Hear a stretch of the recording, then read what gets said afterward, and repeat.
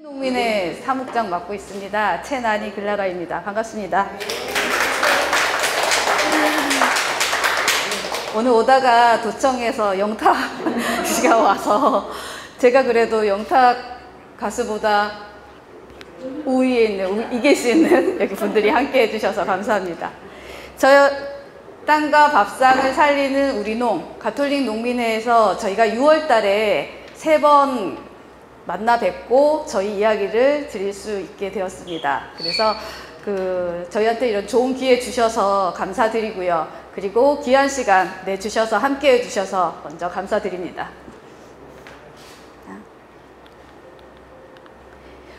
오늘은 제가 우리농 물품에 대해서 말씀을 드릴 거고요. 그리고 다음 주에는 쌍호분의 진상국 분회장님이 직접 오셔서 생명농사에 대한 이야기들을 들려드릴 겁니다. 그 다음에 세 번째는 우리 농촌 살리기 운동에 대해서 저희 농민사모 맡고 계시는 안영배 요한 신부님이 말씀을 전해드릴 겁니다. 그래서 제가 오늘 여러분들께 전해드릴 이야기는 우리농 물품과 관련된 부분만 좀 말씀드리도록 하겠습니다. 뒤에 지금 우리농 나눔터가 있죠. 여기 이용해 보신 분, 여기 계시는 분들은 다 이용해 보셨죠. 그러면 일단 우리농 물품에 대해서는 어쩌면 좀 더 알고 계시는 분들일 거라고 생각이 들고요. 그래도 우리농 물품들이 어떻게 만들어지고 어떻게 되어 있는지 오늘 좀 설명을 드리겠습니다. 우리농 물품 누가 만들었을까요? 네, 가톨릭 농민회 회원들이 생산한 채소라든지 주작곡이라든지 농산물과 그리고 농민 회원들이 생산한 농산물을 재료로 한 가공품들을 저희가 우리농 물품으로 나눔을 하고 있습니다. 그리고 우리농 물품은 5가지 크게 나누어서 품목으로 나누어져 있는데 주작곡, 그 다음에 채소, 과일, 축산, 가공식품 이렇게 5가지로 나눠져 있습니다. 농민들이 이러한 5가지의 농산물, 가공식품을 생산하는 데 있어서 그냥 할까요? 가톨릭 농민의 회원들은 스스로 농사 짓는 것을 생명농업이라고 이야기합니다. 생명농업은 농약이라든지 제초제, 이러한 농약을 치지 않는 농사뿐만이 아니라 땅도 살리고 사람을 살릴 수 있는 건강한 농산물을 생산하고 있고요. 그리고 이러한 것들을 나름 농민들이 규정들을 만들었습니다. 그래서 저희가 그것을 생산 규정이라고 이야기를 합니다. 제가 이렇게 생산 규정을 만들어서요. 이 안에 주곡은 어떻게 생산하고 과수는 어떻게 생산하고 축사는 어떻게 생산하고 한 규정들이 다 있고요. 그리고 출하할 때는 어떻게 하고 가격은 어떻게 보장이 되어야 하고 그래서 나름 이러한 규정에 맞춰서 농사를 짓고 있다라는 걸 우선 좀 말씀드리고 싶고요. 그래서 이러한 생산 규정에 따른 농사를 짓고 이것들을 기초로 해서 우리농의 물품들을 이렇게 출하하고 있습니다. 그러면 이 우리농에서 판매되는 농산물과 가격, 이 물품들의 가격은 누가 정할까요? 있죠. 농민들이 결정합니다. 우선. 농민들이 결정하는데 이것들은 지속 가능한 생산이 가능한 가격이라고 이야기합니다. 저희가 농산물을 팔아도 농사 원가가 나오지 않는다는 이야기들을 많이 하시죠. 생산비에 못 미친다. 들어가는 종자 대금이라든지 인건비라든지 농자재 가격에 판매되는 물품이 그만큼의 가격을 받지 못해요. 그럼 농민들은 농사를 지속적으로 농사를 지을 수 없어요. 농사를 포기하게 되죠. 그래서 가톨릭 농민회에서의 물품들은 생산비가 보장되는 가격으로 농민들이 스스로 결정을 합니다. 물론 이 과정에서 소비자들과 같이 상의도 하기도 하고요. 그리고 농민들이 무조건 많이 높게 책정을 해서 받는다면 또 판매되는 데 문제가 있겠죠. 그래서 그런 것들도 고려하게 됩니다. 그렇다 하더라도 농민이 자기가 생산하는 농산물의 가격을 결정한다는 것들은 굉장히 큰 의미가 있다고 생각을 합니다. 저희가 사 먹는 농산물의 대부분들은 사실은 농민들이 가격을 결정할 수 있는 것들이 별로 없어요. 시장에서 결정을 해주고 농민들은 그 시장 결정에 따라서 물건들을 판매하는 경우가 대부분이기 때문에 그래도 가톨릭 농민의 회원들은 스스로에 대한 생산비를 보장하는 가격을 결정할 수 있다라는 걸 먼저 좀 이야기 드리고 싶었습니다. 그리고 포장 기준에 대해서 좀 말씀을 드리고 싶은데 제가 아까 말씀드렸듯이 생명농업이라고 이야기를 했고 농약도 치지 않고 그리고 땅과 그리고 이러한 생명들을 살리기 위한 농사를 짓고 있다고 이야기 드렸습니다. 그런데 거기에서 나는 농산물들은 다 제각각이에요. 어떤 것들은 크고 예쁜 것도 있지만 정말 작고 못생긴 것들도 있어요. 그러면 우리 기준으로 일반 사람들 기준으로 봤을 때는 작고 못생긴 것들은 다 버려야 돼요. 그런데 저희가 그렇게 귀하게 생산된 농산물들을 선별해서 좋은 것만 판매하는 것들이 아니라 선별하지 않고 판매하는 것들이 원칙입니다. 그래서 사과 같은 경우에도요, 좀 크고 큰 것들하고 좀 작은 거하고 같이 섞어서 저희가 포장을 합니다. 그리고 당근도 마찬가지입니다. 크기가 큰 것도 있고 작은 것도 같이 섞어서 판매를 하다 보면 어떤 이제 소비자들은 그렇게 얘기하세요. 가톨릭 농민의 회원들 것도 사보니까 뭐 알박기 하더라. 밑에는 잘 자란 거 넣어주고 위에는 좋은 거 넣어주고 이 일반 뭐 이렇게 파는 사람들이랑 별반 다를 거 없더라. 막 이런 얘기들 하시거든요. 근데 실제 그거는 일부러 그렇게 넣는 것들이 아니라 저희가 선별하는 것들을 안 하기 때문에 굵은 것도 들어갈 수 있고 작은 것도 들어갈 수 있습니다. 저희가 이제 6월 달에 양파도 캐야 되고요. 감자도 이제 곧 캐게 됩니다. 그러면 이제 출하가 될 건데 그때 뭐 이렇게 5kg라든지 1kg 포장하는 것들을 한번 사보시게 되면 정말 큰 것도 있고 작은 것도 있고 이렇게 해서 섞여서 나가게 됩니다. 그런데 좀 고민은 많이 있습니다. 요즘에는 전에는 이러한 저희 취지에 대해서 동감해 주시고 다들 그 뭐 큰 거나 작은 거나 당연히 섞여 있지 라고 생각하셨던 소비자들도 요즘에는 크기가 좀 고른 것이 좋겠다라는 요구들이 되게 많으시고요. 저희가 또 학교급식이나 이런 데 물건을 넣다 보면은 크레인 걸려서 다시 되돌아옵니다.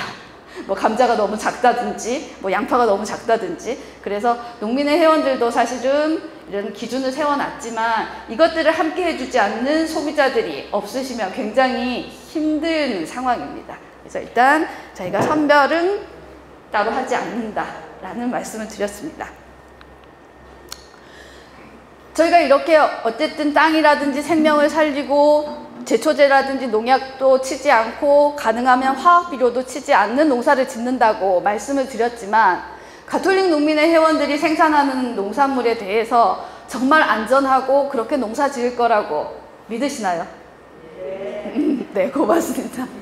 저희 실제로 이렇게 다른 지역에 계시는 분들하고 이렇게 얘기를 해보면 그래, 가톨릭 농민에서 그렇게 농사를 짓는다니까 그럴 거예요 라고 이야기는 하세요. 근데 정말로 믿으시냐고 물어보면 한 반반 정도세요. 믿고 사주시는 분도 계시고 또 이렇게들 얘기하세요. 농약 안 치고 어떻게 농사가 돼? 뭐 비료 안 치고 어떻게 농사가 돼? 이런 말씀들도 되게 많이들 하시거든요. 그래서 저희가 아까 말씀드렸던 저희 생산 규정에 맞춰서 농사를 짓고 있고요. 그리고 또 하나 하고 있는 것이 국가에서 인증제도, 친환경 인증제도가 있습니다. 이 인증제도에 맞도록 저희가 이 인증제도에 같이 하고 있습니다. 그래서 보시면 요 표시가 유기농 표시는 이건 국가에서 붙여주는 겁니다. 3년 동안 합성 농약이라든지 화학 비료를 사용하지 않고 재배한 농산물에는 저 유기농 마크를 붙여줘요. 그리고 밑에 보면 무농약은 말 그대로 농약은 치지 않고요. 그리고 화학 비료는 국가에서 권장하는 권장량의 약 3분의 1 정도만 치고 생산한 농산물은 요 무농약 마크를 붙여줍니다. 그런데 제가 이제 그 얘기를 좀 가끔 하는데 몇 년 전에 가수 이효리가 집에서 뭔가 콩을 재배해가지고요. 이제 벼룩시장 같은 데 가지고 나왔어요. 나왔는데 이 마크를 그려서 본인이 그린 것 같아요. 이렇게 붙여가지고 내가 생산한 것은 유기농 콩입니다 하고 이렇게 판매를 했거든요. 근데 저희가 이제 우스갯소리로 그건 법적으로 문제가 된다. 왜냐하면 이 마크는 국가에서 그러니까 시행하는 인증 제도이기 때문에 허가된 기관에서만 이렇게 붙여줄 수 있고요. 아무나 그려가지고 붙일 수 없는 거고, 내가 농약을 안 쳤다고 해도 이렇게 붙일 수 없는 마크입니다. 그래서 가톨릭 농민회 회원들이 어렵지만 이 인증 제도에 함께 하고 있고, 그래서 실제로 저희 물품을 보시면 유기농이라고 붙여 있는 것도 많이 있고 무농약도 많이 붙어 있죠. 그래서 이러한 인증 제도와 함께 하고 있습니다. 그래서 이러한 친환경 인증 제도에 보면 사실은 지켜야 될 게 굉장히 많아요. 객관적으로 봤을 때 정말 저 정도면 괜찮겠구나 라는 생각이 들 정도로 토양의 농약 잔류 검사를 합니다. 그리고 중금속 검사도 하게 되고요. 그리고 수질 검사도 합니다. 어떤 물을 사용하는지 수질 검사도 하게 되고요. 종자는 유기농 종자만 사용할 수 있습니다. 이 일반 종자를 사서 쓰시게 되면 농약 잔류 검사라든지 이러한 확인증을 따로 저희가 첨부해야 되는 거고요. 그리고 병해충 관리에도 농약을 치지 않는 대신 혼작 여러 가지들을 병해충을 이길 수 있는 것들을 섞어서 이렇게 농사 짓는다라든지, 그리고 한 해 쉬고 올해는 휴경을 하고 그 다음에 또 농사를 짓고 이러한 윤작 체계들, 이러한 체계들을 어떻게 하고 있는지도 매일매일 그 농사 일지를 써야 돼요. 거기에 보면 이러한 것들을 다 작성을 하도록 되어 있습니다. 그리고 포장하고 운반하고 보관하는 때에도 일반 농산물하고는 분리해서 저희가 운반하고 포장합니다. 그래서 이러한 것들을 법적으로 지키지 않았을 때는 아까 보여드린 그러한 인증 마크들을 획득하기 어렵고, 그래서 농민 회원들이 정말 이렇게 어렵지만 이러한 것들을 좀 병행하고 있는 이유들은 그만큼 안전한 농산물이라는 것들을 소비자들에게 좀 더 이렇게 전해드리고 싶어서 이러한 국가 인증 제도들도 함께 저희가 하고 있다라고 얘기 드리겠습니다. 제가 오늘 좀 말씀드릴 내용은 실제로 이렇게 모든 것을 다 얘기하기 어려워서 저희 이제 가공품에 대한 이야기들을 좀 중점적으로 드리려고 해요. 왜냐하면 채소라든지 과일이라든지 주작곡은 그래도 눈에 볼 수가 있는데 가공품은 공장에서 만들어진다 보니까 실제 소비자들은 거기에 무엇이 들어가고 어떻게 만들어지는지 좀 궁금해 하시는 면도 있고, 그래서 가공품 위주로 몇 가지 말씀을 드리겠습니다. 저희 그 생산 규정 중에 이제 가공품에 대해서 어떻게 이제 가공품을 만드는지의 기준이 있어요. 그 기준에 보면 유전자 조작 농산물 사용을 금지한다. 그래서 저희가 생산하는 어떠한 가공품에도 유전자 조작 농산물은 들어가 있지 않다는 겁니다. 두 번째는 방사선 처리한 재료는 사용할 수 없다. 그래서 방사선 처리한 재료도 전혀 쓰지 않는다. 세 번째는 경화유 사용을 금지한다. 이렇게 크게 세 가지의 원칙이 있습니다. 그래서 오늘 이 원칙에 대해서 조금 설명을 드릴 거고요. 그리고 산화방지제, 향미 증진제, 이러한 식품 첨가물들은 처음에는 거의 쓰질 않았어요. 그런데 요즘에는 조금씩 써요. 그 뒤에 보면 물성 유지를 위해 사용하는 경우 유기 가공 식품 인증 기준에 의거한다. 그러니까 조금씩은 쓴다라는 얘기인데, 저희가 십몇 년 전에 쌀라면을 만든 적이 있어요. 한참 됐어요. 근데 그 쌀라면에 이러한 식품 첨가물을 거의 넣지 않았어요. 그래서 저희가 만들 때는 정말로 이렇게 안전하고 건강한 식품이다라고 생각을 하고 만들었는데, 그 쌀라면을 요즘엔 안 만들어요. 똑같이. 왜 그럴까요? 맛이 없어요. 맞아요. 맛이 없어서 팔리지가 않아요. 하나도 못 팔았어요. 그리고 소비자들이 이건 라면이 아니다. 이 라면의 맛이 안 난다. 그래서 그 라면을 소비가 못했죠. 그리고 요즘에 나오는 모기라면이라든지 쌀라면은 옛날에 드셨던 라면보다 훨씬 맛있어요. 그거는 여러 가지 전에보다 조금 기술적으로 좀 조합하는 문제라든지 조금 더 나아진 면도 있지만 아무래도 조금 더 들어갈 게 들어갔다는 겁니다. 그래서 저희가 어쨌든 가공식품에는 이러한 크게 세 가지의 원칙을 가지고 식품들을 만들고 있다라는 거 말씀드리고요. 첫 번째, 유전자 조작 농산물에 대해 말씀드릴 건데요. 유전자 조작 농산물 이야기 들어보셨나요? 네. 요즘에는 다들 많이들 잘 알고 계시죠? 그 교배라는 거는 식물하고 식물은 서로 종이 달라도 자연 교배가 이루어질 수 있어요. 그러니까 배추하고 무, 조금 더 이렇게 기술이 발달해서 그것들을 자연적으로 교배할 수 있도록 할 수 있다고 합니다. 그런데 유전자 조작은 이렇게 종이 같지 않은 식물하고 동물, 그러니까 종과 종을 넘어서 이거는 자연적으로 절대로 일어날 수 없는 교배, 절대로 일어날 수 없는 것들을 이제 만드는 건데, 쉽게 말해서 각각의 있는 그 동물이라든지 식물의 유전자를 잘라서 그것들을 인위적으로 결합시킨 거예요. 그래서 최초로 만드는 그 유전자 조작 농산물이 여기 있는 것처럼 넙치의 유전자를 넣은 토마토였어요. 토마토가 미국에서는 패스트푸드 음식에 굉장히 많이 쓰이잖아요. 그러니까 금방 물러져요. 그래서 이게 잘 무르지 않는 토마토가 있었으면 좋겠다 생각을 해서 그 물고기, 동물인 넙치의 유전자를 넣어서 토마토를 만들었다고 합니다. 이런 식으로 유전자 조작 농산물, 유전자 조작 식품은 자연적으로는 일어날 수 없고 사람이 인위적으로 유전자를 이제 결합시켜서 만들어내는 농산물입니다. 그 유전자 조작 농산물 중에 좀 가장 대표적인 게 콩하고 옥수수예요. 지금 여기에 우리나라에 수입되는 것 중에 대표적인 것 중에 콩, 옥수수, 면화, 카놀라유, 사탕무, 알파파 뭐 이 정도를 말씀드렸는데, 콩은 식물이죠. 풀이죠. 근데 이 풀에다가 제초제를 쳐도 이 풀이 죽지 않아요, 콩이. 그래서 이 콩에다가 제초제를 이길 수 있는 박테리아의 유전자를 집어넣는 거죠. 그래서 아무리 제초제를 쳐도 콩이 죽지 않아요. 그리고 옥수수는 이 해충이 와가지고 갉아 먹으면 이 해충이 죽어요. 이 옥수수 안에 해충이 먹으면 죽는 균을 집어넣어요. 그래가지고 이거 아무리 벌레들이 왔다 먹고 벌레들이 죽는 거죠. 이러한 옥수수들을 만들어냅니다. 그래서 가장 우리가 이제 알고 있는 것 중엔 콩하고 옥수수인데, 우리나라는 유전자 조작 농산물을 재배할까요? 할까요? 예. 다른 분들. 네. 우리나라는 그 공식적으로 유전자 조작 농산물을 재배하지 않습니다. 법적으로, 국가에서 아직은. 그런데 그런 경우는 있어요. 그 사료가, 옥수수라든지 콩 사료가 실구가 다 떨어져가지고 자연적으로 이것들이 나는 경우가 있다고 그래요. 그런 경우도 있고요.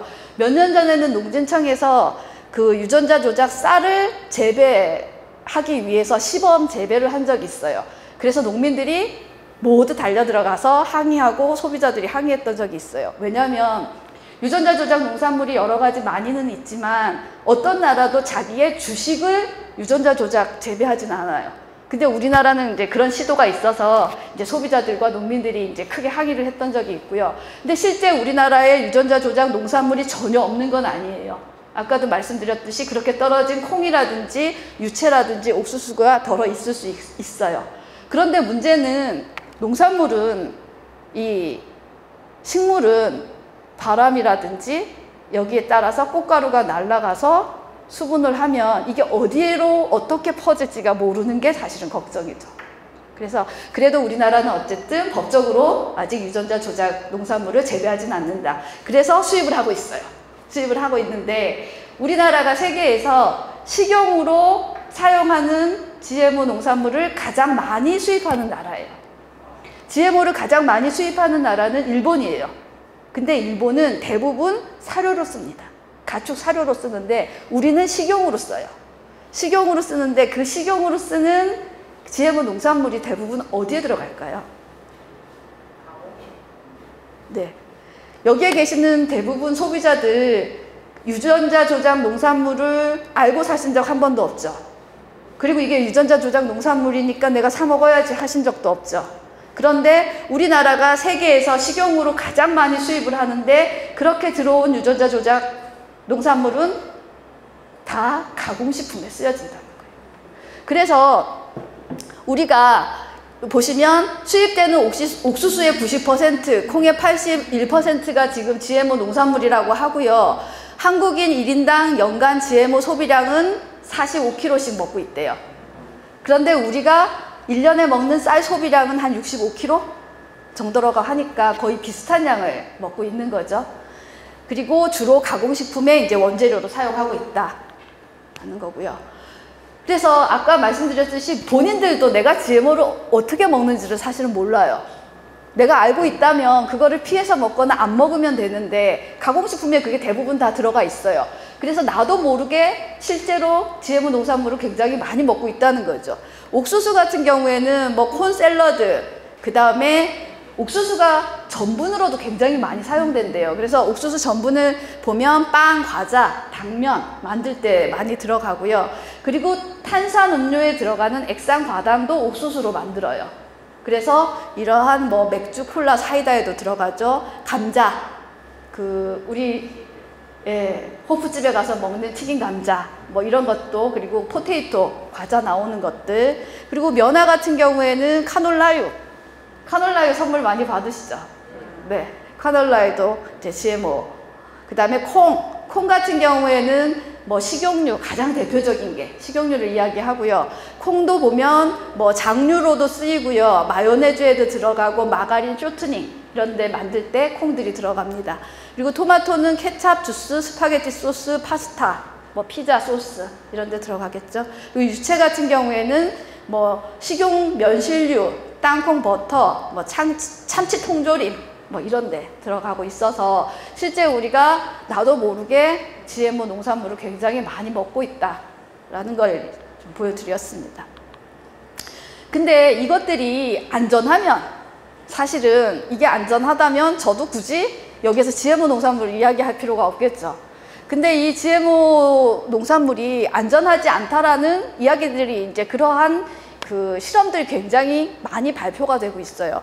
여기 나오는 이 소녀는 아르헨티나의 차코라는 주가 있어요. 이 차코주에서는 그러니까 GMO 콩을 굉장히 많이 농사를 짓는 지역이에요.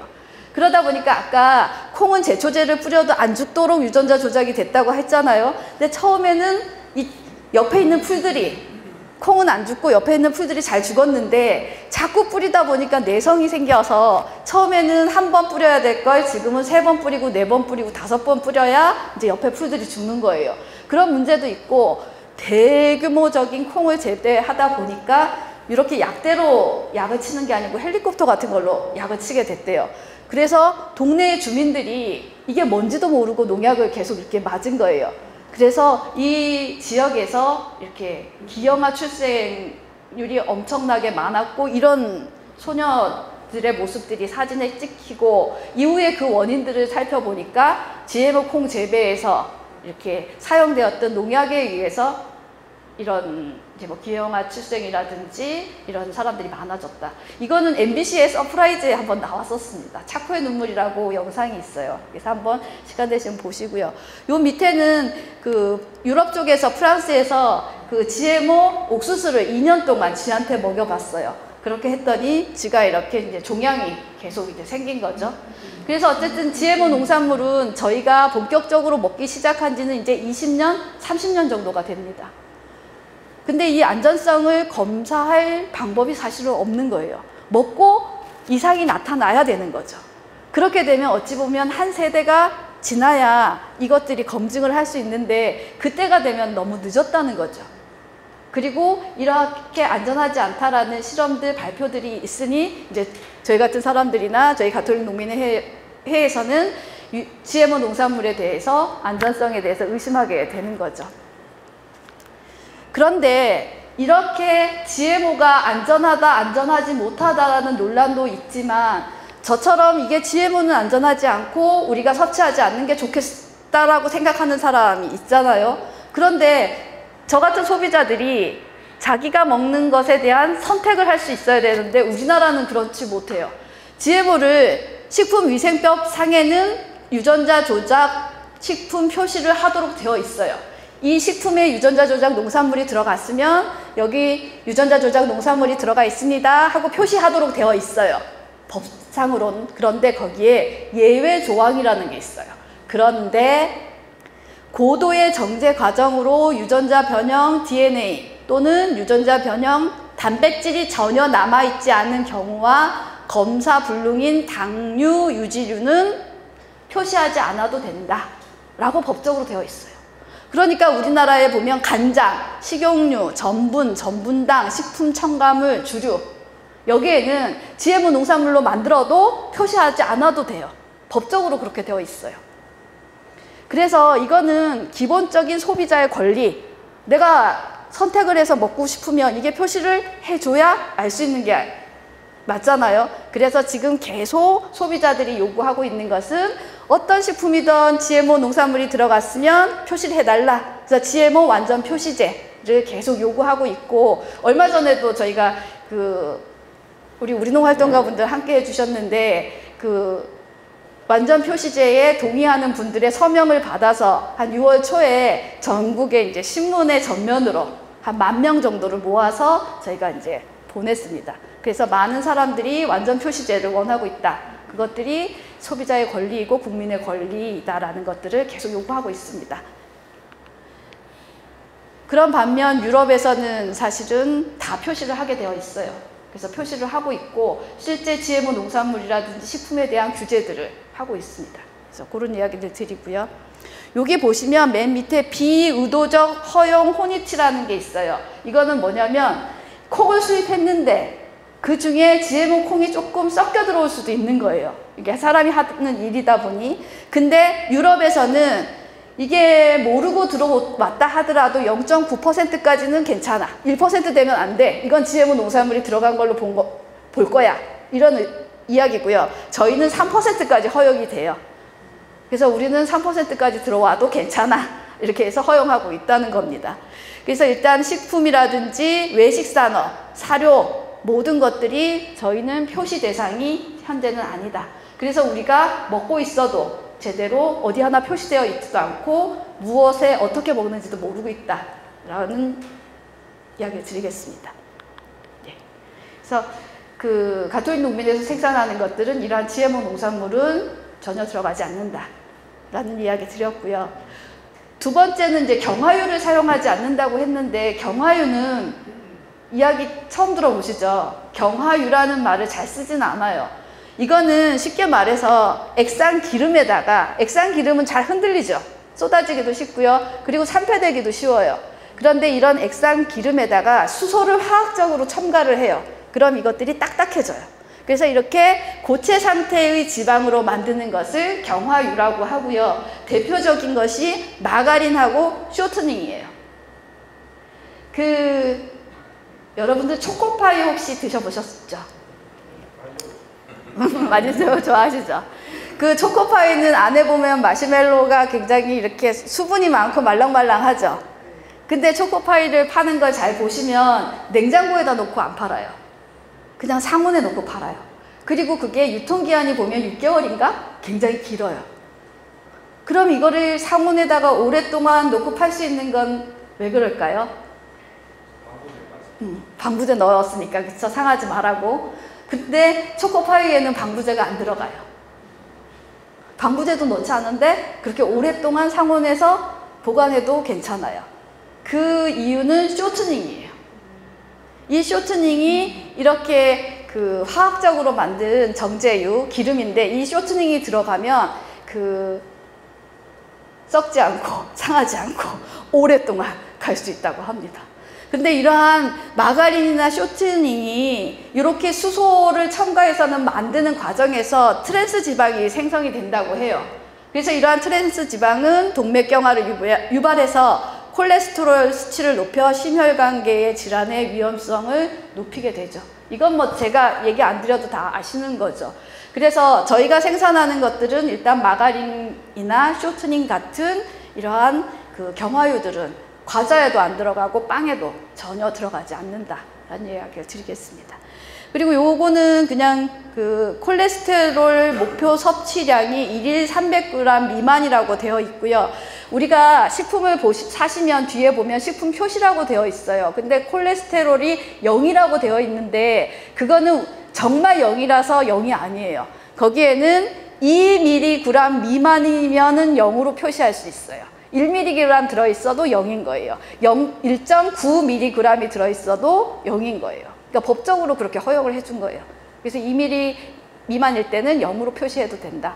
근데 이런 것들 좀 보면 전 좀 속상한 게 좀 속이는 것 같은 느낌이죠. 아니면 아니라고 얘기를 하든지 그냥 이미리 들었으면 들었다고 얘기하면 좋은데 0으로 표시하도록 되어 있고 그것도 다 법적으로 허용이 되어 있다. 현재로는. 그래서 그 얘기 좀 드렸습니다. 그래서 경화유는 사용하지 않고요. 그 다음에 방사선 조사. 방사선 조사는 쉽게 말해서 방사선을 그냥 쬐주는 거예요. 우리 엑스레이 찍듯이 방사선을 이렇게 쬐주는 건데 여기 표시 보시면 이 표가 그 라두마라는 방사선 조사 식품에 붙여주는 표시예요. 그리고 방사선 조사 식품이라는 것은 발화 억제, 그 다음에 속도 조절, 식중독균, 병원균의 살균 및 해충 사멸을 위해서 이온화 에너지로 처리한 식품을 말하는 겁니다. 그리고 우리나라는 87년 이후에 26개 품목에 대해서 법적으로 허용하고 있어요. 다 방사선 조사해도 괜찮아요. 근데 어떤 분들은 그러세요. 방사선 조사가 우리가 얘기하는 이런 방사선이 아니라서 괜찮아 라고 이야기하는 분들도 있어요. 그렇지만 우리가 엄마들이 아기가 졌을 때 가서 엑스레이 찍지 않잖아요. 그게 아무리 몸에 뭐 괜찮다, 해롭지 않다 하더라도 하지 않잖아요. 그것처럼 어쨌든 방사선 조사에 대해서도 제가 과학자가 아니기 때문에 어떠한 뭐 에너지가 나오는 건지 모르겠으나 이런 것들을 식품에 조사한다라는 것 자체가 사실은 좀 우리가 다시 한번 생각해 봐야 되지 않을까 이런 생각이 듭니다. 방사선 조사를 지금 현재 하고 있는 식품은 주로 발화하고 발근 억제하고 저장 기간을 길게 하기 위해서 감자, 마늘, 양파, 밤 등을 하고 있어요.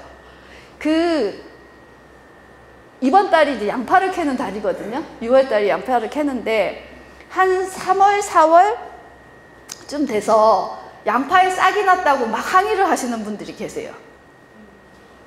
근데 저는 이제 처음에는 이제 양파, 그리고 학교 급식 같은 데는 그런 게 가면 반품이 돼서 다시 들어와요. 근데 저는 그런 생각이 들어요. 그 6월 달에 캤으면 그게 그 다음에 3월까지면 거의 1년을 지난 식품인데 싹이 안 나는 게 이상한 거 아닌가요? 근데 우리는 다 싹이 나면 안 된다고 얘기하세요. 싹이 안 나고 오랫동안 보관이 되는 걸 너무 당연하게 생각을 하세요. 양파도 그렇고 감자도 그렇고 해를 넘기고 그렇죠? 이제 다시 출하할 때가 됐는데 그것들이 싱싱하고 싹이 안 나면 그걸 의심해 봐야 되는 게 아닐까요? 그렇지만 지금은 이러한 방사선 처리를 하기 때문에 우리 소비자들이 당연히 싹이 안 나야 되고 당연히 싱싱해야 되고 뭐 그렇다고 생각을 하시는 거죠. 그리고 숙도 지형과 선도를 유지하기 위해서 사과, 복숭아, 버찌, 망고, 파파야, 생버섯, 건조 버섯에도 하고 있습니다. 그리고 해충 및 기생충 제어를 위해서 향신료, 건조 채소류, 된장, 고추장, 간장, 분말, 뭐 알로에 분말 쭉 하고 있어요.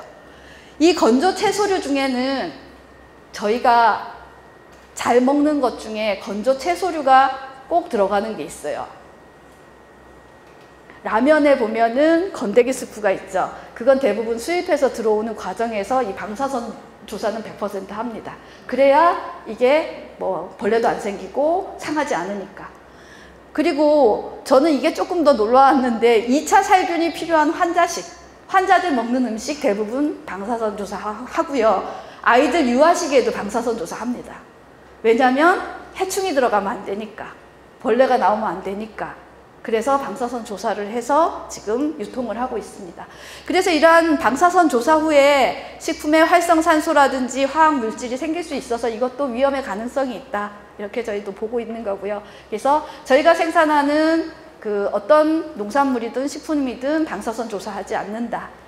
그래서 일단은 그 봄에 오는 해를 넘긴 감자, 양파, 당근 당연히 싹 날 수 있고 당연히 시들 수 있다고 생각을 해주시면 좋을 것 같습니다.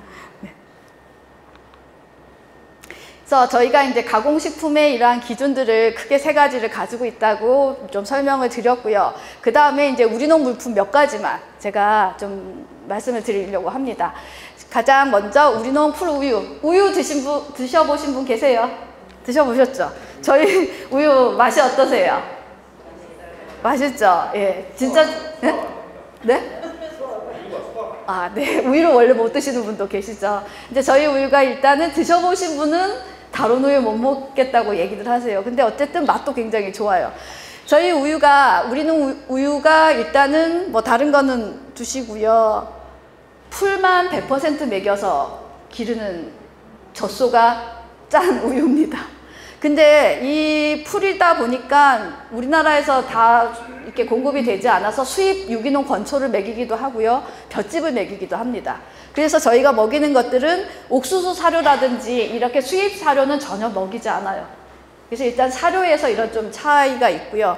그 다음에 사료 첨가제라고 해서 그 일반 우유는 소화제, 체세포 감소제, 성장 촉진제, 호르몬제, 항산제 등을 다 맞춥니다. 왜냐하면 이 소들이 많이 밀집돼서 키우다 보면 병들이 많이 생기게 되어 있거든요. 그런 병이 많이 오니까 항생제도 먹여야 되고 여러 가지 약품들을 이렇게 처방하게 되는데, 여기에서 체세포 감소제가 뭔지 아세요? 그 젖소가 나이가 들면 세포수가 늘어난대요. 사람도 좀 비슷할 것 같아요. 그러면 이 세포를 늘어나지 말라고 또 뭐를 먹이는 거예요. 그거를 체세포 감소제라고 합니다. 그래서 이러한 그 일반 우유에서는 뭐 여러 가지 약품들을 먹이는데, 저는 다른 것도 좀 그렇지만 특히 우유 같은 경우에는 저도 이제 아이를 기를 때 보면 엄마가 먹는 거는 젖으로 나오게 되어 있어요. 그래서 매운 것도 안 먹고 이렇게 나쁜 음식들을 안 먹잖아요. 근데 사실 소도 마찬가지겠죠. 소에 어떤 것들을 먹이고 소에 어떤 주사를 놓는지에 따라서 그 우유가 어떨지는 우리가 생각해 볼 수 있을 것 같고요. 그리고 여기에서 필수 지방산은 조금 이따 말씀드리고, 가공 방식은 저희는 저온 살균 60도씨에서 30분간 살균을 합니다. 그러니까 미생물이나 이런 것들이 죽지 않는다는 거죠. 하지만 보통 일반 우유들은 고온 살균이라든지 초고온 살균 해가지고 뭐 75도에서 15초, 130도에서 2, 3초간 이렇게 살균을 합니다. 이렇게 되면 이제 유통기한이 길어져요. 그렇지만 그 안에 살고 있는 미생물들은 이제 뭐 다 죽었다고 봐야 되겠죠. 근데 제가 여기에서 우리농 풀 우유에서 꼭 말씀드리고 싶은 거는, 제가 이거 사용을 잘 못해서, 아이고, 오메가3하고 오메가6의 비율입니다. 이 오메가3하고 오메가6는 필수 지방산이라고 해서 우리 몸에 꼭 필요한 지방산이에요. 이것들은 두 가지 다 있어야 돼요. 그런데 이 두 가지의 필수 지방산은 서로 비율이 맞아야 돼요. 오메가3는 우리의 염증이라든지 이런 것을 억제하는 역할들을 해요, 우리 몸 안에. 그리고 오메가6는 염증을 유발하는 역할을 해요. 우리 몸은 무조건 억제한다고만 좋은 건 아니에요. 내 몸에 이상이 생겼을 때 어디에 염증이 생겨야 아픈지 알고 치료를 할 수 있으니까 이게 다 필요한 일들인데, 이것들이 비율이 적정해야 된다는 거죠. 가장 이상적인 비율은 1대4예요. 오메가3가 1, 오메가6가 6일 때 이것들이 몸 안에서 균형을 맞추고 서로의 역할들이 가장 잘할 수 있는데, 저희 우리농 우유는 1대6.5 정도이고요. 실제로 측정을 해보니까 일반 우유는 1대 15대 이상이에요. 이렇게 되면 우리 안에 쉽게 말해서 염증을 유발시키는 게 더 많아지는 거죠. 그래서 요즘에는 그런 이야기들 많이 하세요. 관절이라든지 이런 거 아픈 것도 뭐 염증 때문이다, 뭐 이런 거 방송에 많이 나오더라고요. 어찌됐든 간 이러한 오메가6가 너무 과도하게 많이 섭취하고 있다. 그 이유는 옥수수 사료 때문에. 옥수수가 오메가6가 굉장히 많이 들어있는 식품인데, 주로 이 소들이 먹는 게 옥수수를 먹다 보니까 이 비중이 높아질 수밖에 없어요. 그리고 우유뿐만이 아니라 고기도 마찬가지예요. 우리가 먹고 있는 고기들, 한우라고 하지만 그 고기들을 생산할 땐 대부분 사료들을 먹이죠. 그 사료의 주 원료가 옥수수라는 거예요. 그러다 보니까 고기를 많이 먹으면 오메가6를 훨씬 더 많이 섭취하게 되고 우리 몸 안에서의 비율이 깨진다는 겁니다. 그래서 풀우유는 오메가6하고 3의 비율들이 좀 이렇게 완전 뭐 이상적이지는 않지만 1대4에 그래도 가까운 이런 비중을 가지고 있다. 우유가 몸에 좋다고들 많이 하세요. 그리고 그 우리농 우유가 일반 우유보다 2배는 아니고요. 1.5배 정도 되나요? 비싸요. 그러다 보니까 가격 때문에 이렇게 망설이시는 분들도 굉장히 많으세요. 근데 제가 좀 권해드리고 싶은 얘기는, 많이 드신다고 좋은 게 아니지 않을까요? 좋은 거를 적정하게, 조금 적더라도 좋은 거를 잘 드시면 좋지 않을까, 일단 그런 생각을 했습니다. 그 다음에 저희 이제 수산물 중에서 제가 이제 김하고 황태 두 가지를 좀 골라봤어요. 저희 김에 보면은 이렇게 써 있어요. 그대로 무염산, 지주식, 양식, 김 이렇게 되어 있어요. 그러면 많이들 물어보세요. 이게 뭔 소리야? 이게 뭐예요? 이렇게 물어보셔서 그대로 해안가에다가 바닷가에다가 나무 지주를 양쪽으로 이렇게 박아놔요. 그리고 김발을 거기에 중간에 이렇게 좀 매달아 놓고 양식을 하는 방식이에요. 그러면 밀물 때는 김발이 바닷물에 잠기고 썰물 때는 빠져나가고 이렇게 하면서 햇볕을 이제 쬐게 되겠죠. 그러면 여기에 파래가 햇볕이 쬐일 때 파래가 자연적으로 제거가 되기 때문에 염산 처리를 하지 않아도 된다는 거예요. 그런데 일반적인 김 양식을 할 때는 파래들이 많으면 김 색깔이 변하고 별로잖아요. 그래서 염산 처리를 하고 있어요. 그래서 저희가 나오는 김은 이렇게 무염산 지주식 양식으로 해서 염산 처리하지 않는다. 그리고 더 중요한 거는 유기 가공 인증이 되어 있어요. 그러니까 이러한 가공하는 과정에서 생산하는 과정에서 유기 농산물과 생산과 똑같다는 거예요. 이 김이. 그래서 저희 김도 드셔보시면 맛도 괜찮지만 생산하는 과정에서도 이러한 과정을 거쳐서 생산하고 있습니다. 그 다음에 황태채. 황태채 사서 드셔보셨어요? 네. 제가 황태채 이야기를 드리면 어떤 분들은 그런 얘기를 하세요. 내가 어렸을 때는 황태 사가지고 벌레 털어내고 그리고 그것 구워서 먹기도 하고 뜯어서 국 끓여 먹기도 했어. 이런 얘기를 하시거든요. 근데 옛날에는 그랬다 하세요. 근데 요즘에 황태에 벌레 있는 거 보셨어요? 못 보셨죠? 한여름에 밖에다 내놔도 황태 깨끗해요. 근데 옛날에는 황태 이렇게 다 벌레가 있었거든요. 그러니까 옛날에 황태하고 요즘에 황태가 좀 달라서. 그런데 황태에도 저희가 훈중 처리, 약품 처리를 전혀 하지 않아요. 일단. 그러다 보니 약품 처리를 하지 않으니까 벌레가 생기겠죠. 그래서 저희가 건조해서 바로 냉장 보관을 합니다. 그리고 유통도 유통을 하고 여기 와 있을 때도 저희가 황태는 냉장고에 넣어요. 그렇게 해서 이렇게 유통을 하고 있는데 이유는 저희가 이렇게 벌레가 생긴다고 해서 이렇게 농약 처리를 하지 않는다. 근데 일반 황태는 에피훔이라는 살충 성분의 농약 처리를 해요. 얘는 유태인 학살을 할 때 썼던 그것과 성분이 같은 가스라고 해요. 이건 가스예요. 이렇게. 그리고 옛날에는 정붐이라고 했죠. 양곡창고라든지 아니면 도서관 같은 데서 벌레들이 생기는 것을 막기 위해서 이 가스들을 가지고 훈중을 했다고 하거든요. 지금도 학교 급식에 들어가는 급식을 훈중 처리했다고 해서 가끔씩 TV에 나오고 문제가 되는 것들은 이런 에피움 처리를 해서 그렇습니다. 그래서 실제로 법적으로는 하면 안 되도록 되어 있는데도 불구하고 양고기라든지 이러한 수산물이라든지 이런 처리들을 합니다. 그래서 저희는 일단 에피움 처리를 전혀 하고 있지 않고 이러한 에피움 처리가 굉장히 이게 고독성 살충 성분을 가지고 있는 독가스다. 그래서 일반적으로 시중에 유통되는 것들은 대부분 이러한 처리들을 하고 나왔기 때문에 벌레가 생기지 않는다라는 이야기를 드리겠습니다. 이렇게 해서 바짝 건조해서 수확을 하면 수확하기도 쉽고 밀 생산량도 많아지고 해서 이 밀에다가 프리하베스트라고 해서 수확 전에 이렇게 농약을 처리를 한다고 합니다. 그리고 이 수입밀이 그러면 정말 괜찮을까? 수입밀에서는 글리포세이트가 0.05 ppm이 검출이 됐다고 해요. 그리고 우리나라에서는 밀이 글리포세이트가 5.0 ppm까지 있어도 괜찮대요. 법적으로. 그런데 수입쌀에는 0.05 ppm에 나오면 안 되는 거죠.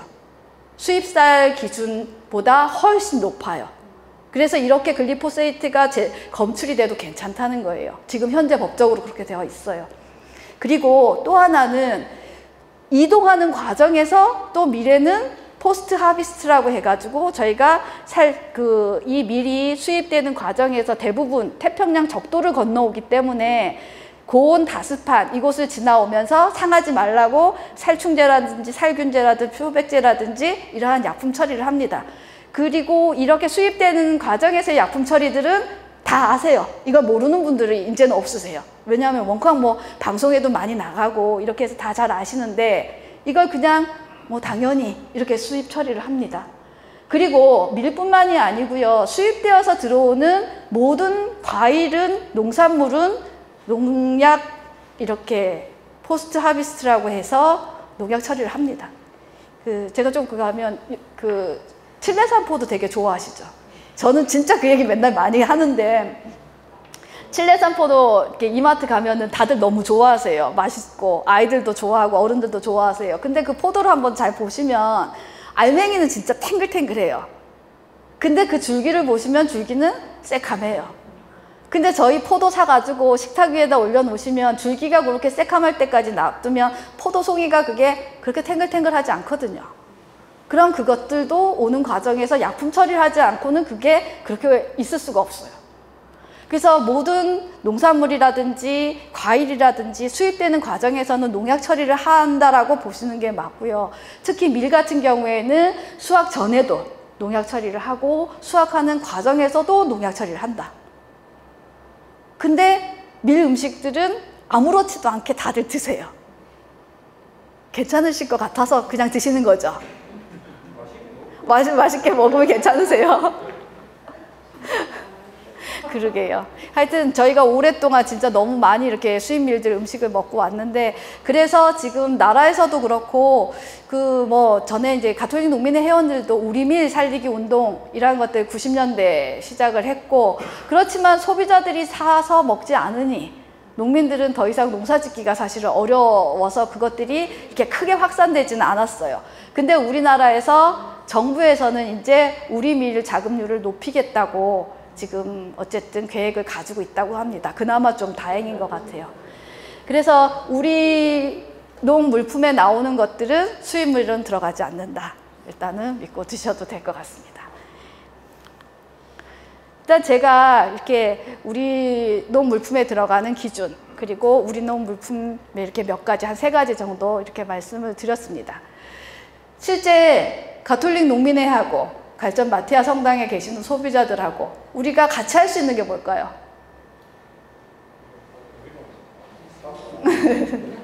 네, 그 얼굴을 아는 생산자, 누가 어떤 농산물을 어떻게 지었는지 아는 관계들, 그리고 내가 지은 농산물을 누가 먹는지 아는 관계들을 맺어가는 게, 그리고 우리가 정말 건강한 밥상을 차리는데 가톨릭 농민회와 갈전 마티아 성당은 공동체다라는 생각을 가지는 것들이 정말 중요하지 않을까. 그리고 사실은 제가 오늘 여러분들을 만나 뵙고 이렇게 드리고 싶은 말씀 중에 가장 큰 소망이 우리가 그러한 관계들을 잘 맺어갔으면 좋겠다라는 좀 이렇게 바람을 말씀을 드렸고요.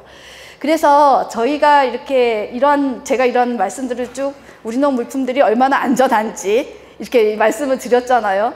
그런데도 이것들을 사서 드시기가 굉장히 어렵다는 이야기들을 많이 하세요. 왜냐하면 가격이 비싸서 라는 이야기들을 많이 하시거든요.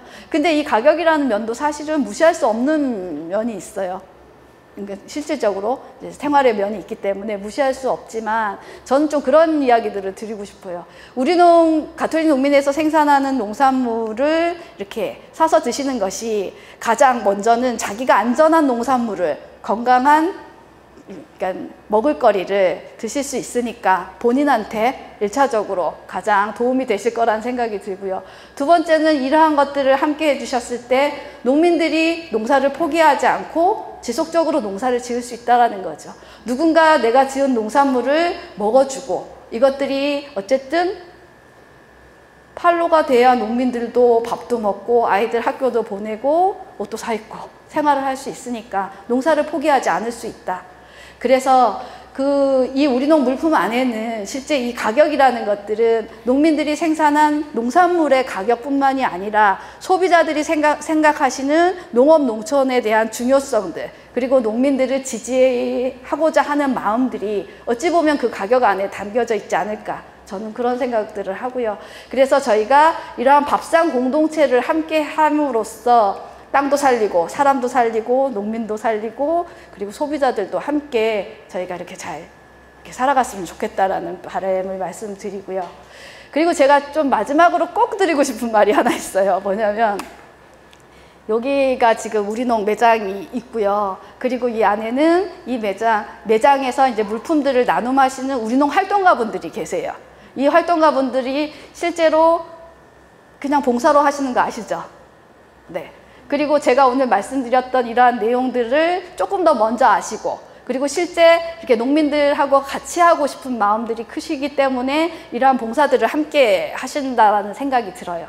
그래서 이렇게 본당에서 계시는 분들이 저는 뭐 이렇게 우리농 물품도 많이 소비해 주시고 이렇게 저희 가톨릭 농민회랑 함께 해주시는 것들이 그 중에 가장 먼저가 우리농 활동가분들을 늘 지지해 주시고 이렇게 응원해 주시고 그리고 가능하면 함께 해주시는 게 아닐까라는 생각이 들어요.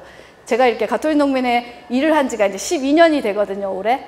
근데 이렇게 일을 하면서 가장 감동을 받았던 분들이 우리농 활동가 분들이었어요. 전 개인적으로. 그래서 농민의 회원들도 굉장히 존경스럽지만 이러한 농민들의 마음을 그리고 농민들의 아픔을 자기의 아픔으로 이렇게 안고 함께 해주시는 우리농 활동가 분들께 저는 사실은 가장 큰 감동을 받았고 이분들이 이 본당 안에서 정말 귀한 대접을 받고 또 이 안에서 또 함께 해주시는 많은 분들이 생겨났으면 하는 바람입니다. 네. 제 바람과 함께 여기서 이야기들 마치도록 하겠습니다. 고맙습니다.